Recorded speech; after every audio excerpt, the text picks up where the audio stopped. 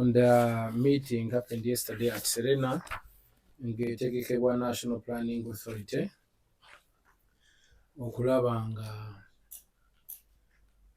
tugezaako okulaba nga creative economy eteekebwamu amaanyi okusobola okuba nga contributinga oba ekola omulimu gwayo gw'erina okukola ku GDP kulaakulanya bannayuganda okutwaliza wamu.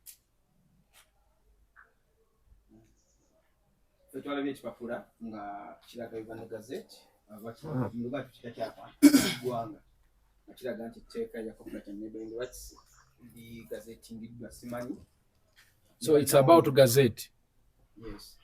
Wonderful. Now, Council kentwala akakisa kano kwebaza Katonda n'okwebaza bannabitone bonna all creatives abasobola okuwulira omulanga gwaffe because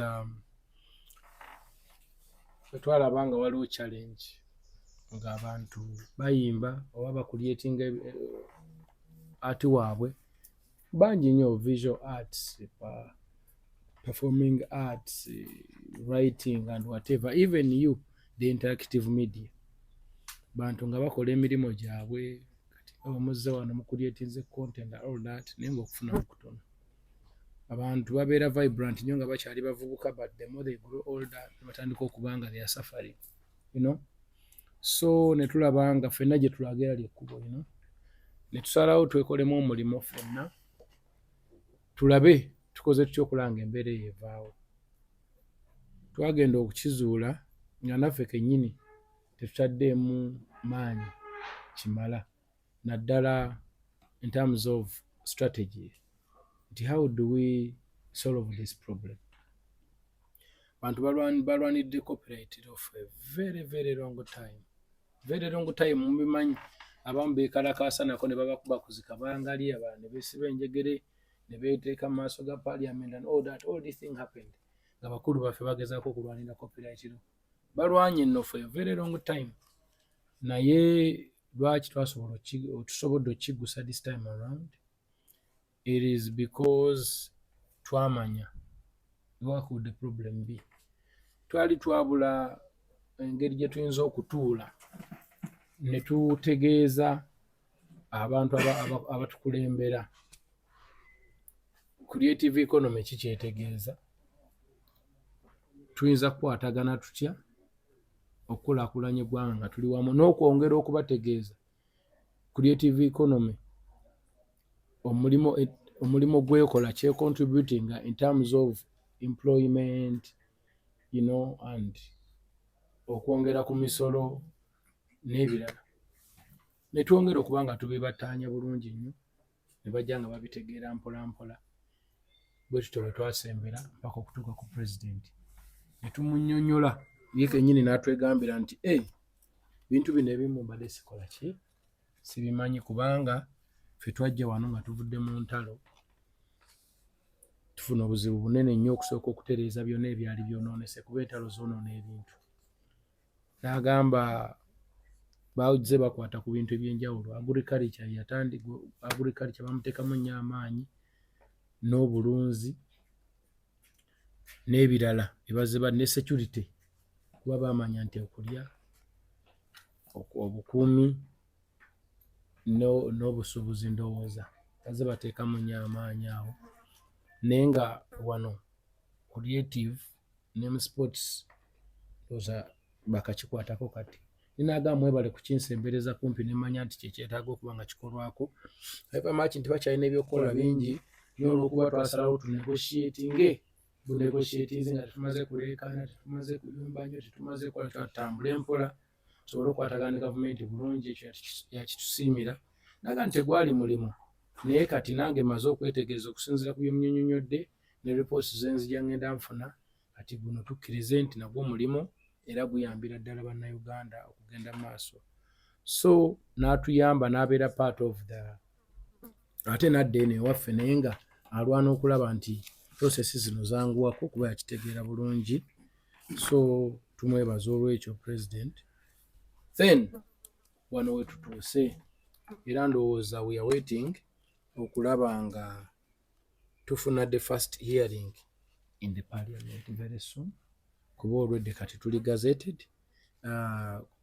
Committee agenda wekitiibwa Honorable Mao already had addressing nze. Kati tulinda just the first hearing, but we thank God for that big achievement. Okulaba nti kati tugenda mu bill 2025. Yes, thank you so much for the support also as media. Kubanga mutubeereddewo guno omulanga tugukubiddewamu. By the way, you are beneficiaries also kubanga ebintu byamwe bino content wa mwono gwe mucreating.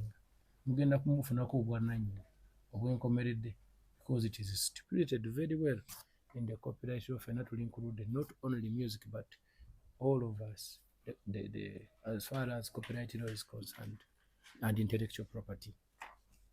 Yeah. Okay, waliwo ensonga endala president gye twalabye mu meeting eyabaddewo nga minisita owa culture ayogera ku nsako oba ku ssente ezongeddwa mu ba creative zibona in general ezikunukkiriza ku buwumbi 28. Ensonga eyo ensi yeetaaga okugiwulirako kyokyogera. Kale bwe tutunula aba National Planning Authority nabo baatunula wamu ndowooza ne Minister of Finance ne Minister of Gender and Social Development ne institutions ez'enjawulo ezitambula naffe baakola badde bajjanga batuula nga naffe bwe tutuula okubanga tubongera okubawa ripooti tubasaba okutu-includinga mu budget kubanga twetaaga support in terms of structuring the creative sector. You understand? Forming these associations and then forming federations, then tusobole okuba nga abantu bafuna mindset change in terms of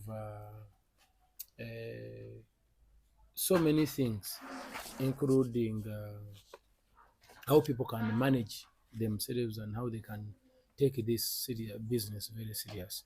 Because most of creatives badde bagendera nnyo ku showbiz ne beerabira the business part of it.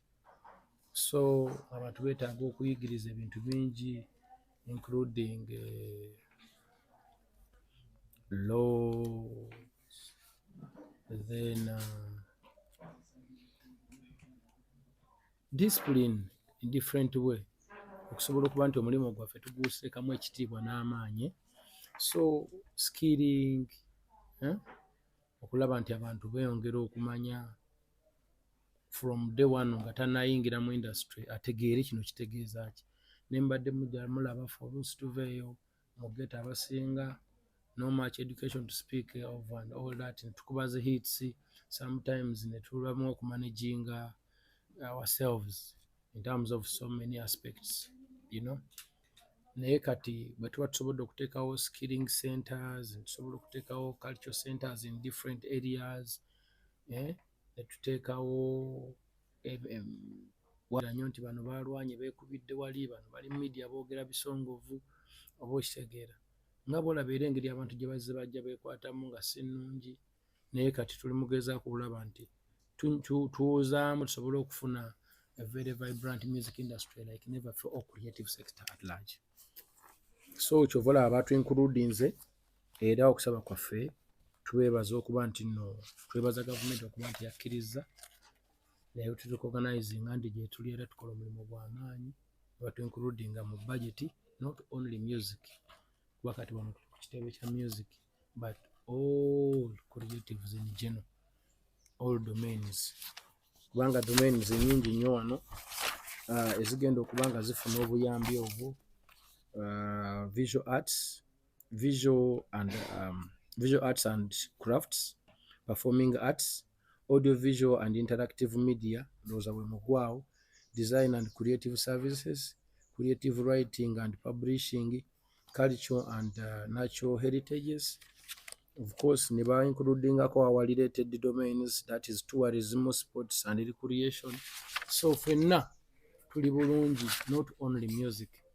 Yes. Okay. Mu bigambo minisita byayogedde twawuliddemu wadde nga kitugattiramu ffenna n'abalala bonna abakozi ba firimu n'abalala, naye waliwo we yayogeredde mbu oweewola nozzaayo munnamawulire ajja kwebuuza nti bwe mbanga akasente ako kazze nengenda nenfunayo oba owa firimu nkazzaawa bwe mbanga ntandise okukakozesa. Kuba yayogedde ku ka interest n'okubeera nga kalina okuddizibwayo. One, we are going to benchmark mostly from the UNMF structure in terms of SACCO. We are doing very well. For us, we understood the problem and how to solve it in terms of support. So ne tutandikawo SACCO. SACCO eyo gye twatandikawo omuntu tujja ne tumwasesinga n'atulaga engeri gy'ali mu kukola ebintu bye, n'aleeta ne tucheckinga their catalog, ne tucheckinga ki, not because mbu bagenda bireeta eno tubikwate or something, no, but tuba tulina engeri gye tugenda okukolagana nabo in terms of good relations. You understand? So bwe tubawo akantu kano era abantu bali mu kuzza mpola mpola, tumuwa okusinziira ku maanyi ge nga bw'ayimiridde, n'asobola okuba nga ateekayoko mu mulimo, ate bw'ajjamu n'atuwaako akatono naye n'agenda n'akulaakulanya omulimu gwe. Tekyetaagisa lot, it just need to be committed and serious. Nomanya nti you will need from here today and then tomorrow. Ate n'ekirala, it is not for only us who are here right now, but even the coming generation. So it's all about discipline basically. Si kyamaanyi nnyo saagala otye nti we bana abakozeyo akantu, bannamawulire beekozeemu omulimu, balina aba entertainment beekozeemu omulimu, beekozeemu SACCO, basobola okujja ate gwe otidde ate nezaayo nti it's all about discipline. Oba oggyeyo obukadde 2 oba 3, making sure ogenda oteeke mu mulimu ogwo, oba oguze equipment, you work hard. When you start earning maybe online or something, then you pay slowly. Kisingako okuba nga tolina ogenda kujja ka support. So ndowooza enkola nnungi nnyo, but we can benchmark from UNMF SACCO.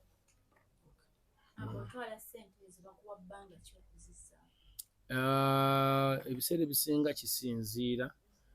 SACCO zino zirina amateeka agazigavaninga on general perspective, naye ate mubaamu ne laws, ndowooza bylaws ezikolebwa learning policies. It depends, but on the UNMF, at least 2 years. President, wabadde otugambye nti mugenda kwa mufuna first hearing nga muli basanyufu lwekyo. Bwe n'abatudde bagenda kumuvuluvingamu abayimbi ababitegeerako oba bajja kusalawo nga bwe balabye? Ebiseera ebisinga bwe baba bagenda ababaka abo tukimanyi bulungi nnyo nti ebiseera ebisinga babalonda ne babateeka mu committees ez'enjawulo. So tulina abo abakwatibwako n'olwekyo. Ate n'ekyokubiri n'aba ministers plus okuva mu docket ya Honorable Mao nabo babaawo, people from the office of the Attorney General, Minister of Gender and Social Development, then ICT, where bonna bonna kibakwatako era bakafulu baba bamanyi. Then for us we can be there in stands to cheer. Yeah.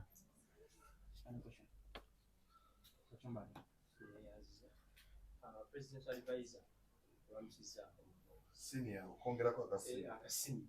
Ekibuuzo kyange kiri nti nno NP oluvannyuma lw'okubaayo ne mulowoozebwako wa creative sector nga gwe presidential advisor, bungi ki obwa ssente creative sector zebadde ewa oba gavumenti zebadde ezijjamu omwaka, era kibadde kibakosa kiti ebbanga lyonna lye muzze nga temuteekebwa mu gavumenti budget, era kigenda bongerako kitya since kuno omulundi babataddemu gavumenti egenda kufunamu ekyo okufunamu okusingako ebyo byebadde efunamu? One, government egenda kufunamu nnyo, that's why they are organizing us. Bajja kufunamu after being structured very well. It means nti tugenda kuba already baleese ka support bakataddemu. Bwe bamala okuteekamu ka support tugenda kuddayo mu production. Okitegedde? Kitegeeza tugenda kwongera ku numbers ey'ebiyiiye ebibadde bifuluma ka tugenda kufulumya bingi. Market egenda kubeeramu works nnyingi nnyo. Oba okitegeera? Ekyo kitegeeza nti kigenda kwongera omulimu gutumbula waggulu. N'omusolo gwennyini gugenda kuvaako mungi and all that. So it is better than obutateekamu, kubanga already kati bamaze otuteekamu tugenda kudda mu production buli muntu atandika okukola emirimu gye already batuwadde ne ka support ako kowulira akagenda ogenda mu sako skilling mindset changes and order mindset change and all that kitegeeza nti wano eno boost gye bataddewo ekulagirawo kyekigenda okwapeninga next emirimu gigenda kweyongera mingi abagenda okuweebwa emirimu bagenda kubeera bangi buli kimu kigenda kweyongera buli abantu beeyongera okubanga bafuna emirimu bangi works z'abantu ne zeeyongera mu market nyingi kigitegeeza omusolo gugenda kuvaako nga mungi abantu bagenda kufuna akasente nga kangi nabo bennyini neneekulaakulana z'abantu zigenda kweyongera. mbadde njagala kumaliriza koze nga lwe mukisemba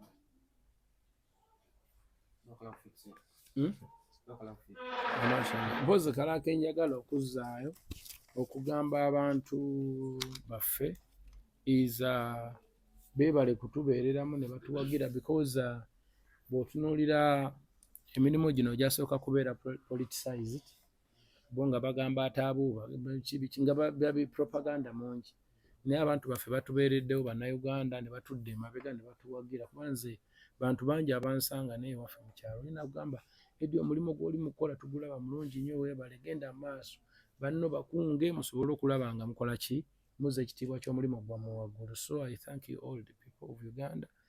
Then nebaza n'abayimbi bonna abatwegattako ne tutambulira wamu ne propaganda n'abamungi ne batabira shaken. Then n'abo basobola okubeerayo eyo nga batusabira naye nga bali naffe.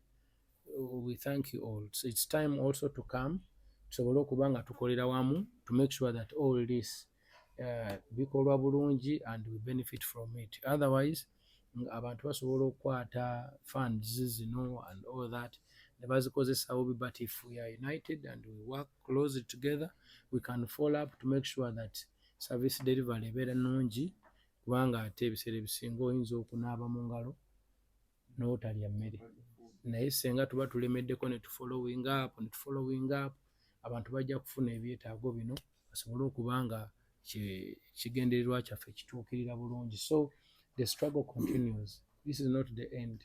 The struggle continues and very aggressively.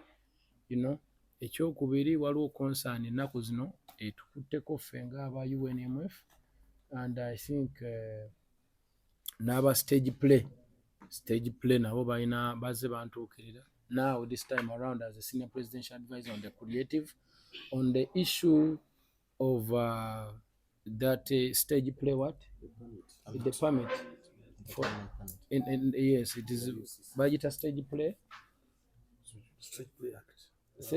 it is erimu UCC, so you have to pay some amount of money 100,000 okukkiriza okustaginga show. That wouldn't be the problem eyokusasula license, but problem wetugifunidde nti abantu babadde beeyinga nnyo okubawa license eyo taking us so long, so nga ate abantu bagenda okutegeka shows okubookinga venue kiba kizibu, okugifuna venue si kyangu, ate bamala okuwa venue time ebeekola ki ebedduka, so people have to run go start booking venues and all that. Naye wano we bateekamu license eyo it takes a period of bantu bangamba naawo waliwo abamala ne 2 weeks tandaba kufuna response. Kintu ekyo ndowooza kikyamu, kyetaaga kibe nga bikikwatako mwenna, kyetaaga kibe nga kiba kiriviewinga bulungi nnyo tusobole okulaba nga tugenda mu maaso. Otherwise abantu baffe abamu si basanyufu, naffe kennyini tugenda kwongera okukitegeeza kubanga complaints ezo zazze since yesterday. Nafunye complaints okuva mu ba creatives ab'enjawulo. I'm going to follow up, but so far a brief akatono ke badde bampaddeko about that.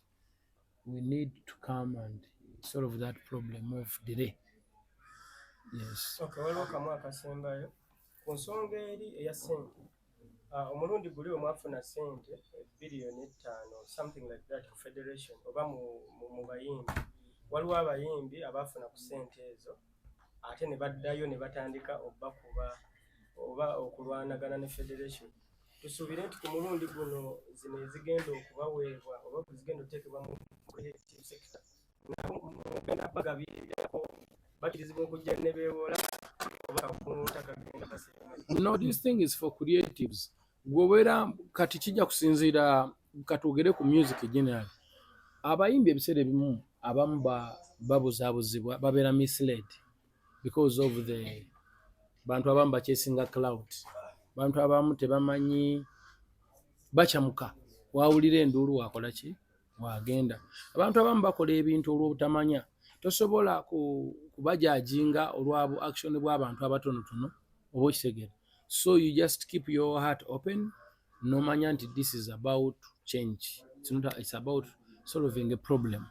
It's not about the few individuals abalabira ebintu okumpi. So for us, we are our hearts are open for each and everyone. Omuntu yenna ye bw'aba ategedde ekituufu akirizibwa okujja n'afuna obuyambi kubanga that's why we are here. We are at their service.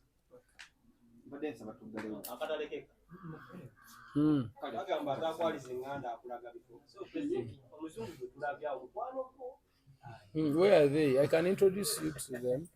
Bana basajja bayimbi. Where are they? Where are those guys? Je twakwataganira wamu n'abakugu ba scientist netu brainstormingira mu tugizimba. Abantu abamu tebannakitegeera, but what we are going to do tujja kusooka ne media briefing tujje tubasomese what is all about, mugitegeere bulungi, then namwe musobole okutuyambako okubanga mutegeeza bannayuganda. Then from there tugenda kukola consultation gundi tugenda kukola awareness, tutambule in all our sub-regions okubanga tutegeeza abantu bano how they are going to benefit from it, because it's a very, very good thing. It's going to change the life of the musicians. Kena kuyamba nnyo abantu. So let me take this opportunity to introduce you my friends. Sukari is from Jamaica, Kingston. He has one of the biggest band in California. And then, we have Chess Bell. Chess is also a musician, producer, songwriter from also LA, California. I met these guys long time ago during my tours when I was in the US. On my tours, we met with Chess Bell, and Chess Bell introduced me to Sukari now. And then we have a song.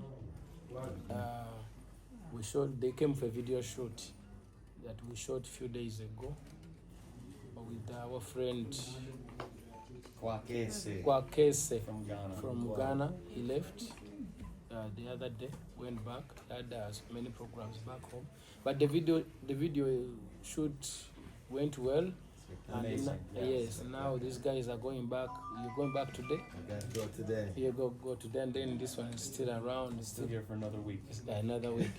He's sing around and also connecting with other musicians to do as many collabos as possible. I'm asking for a friend here to single.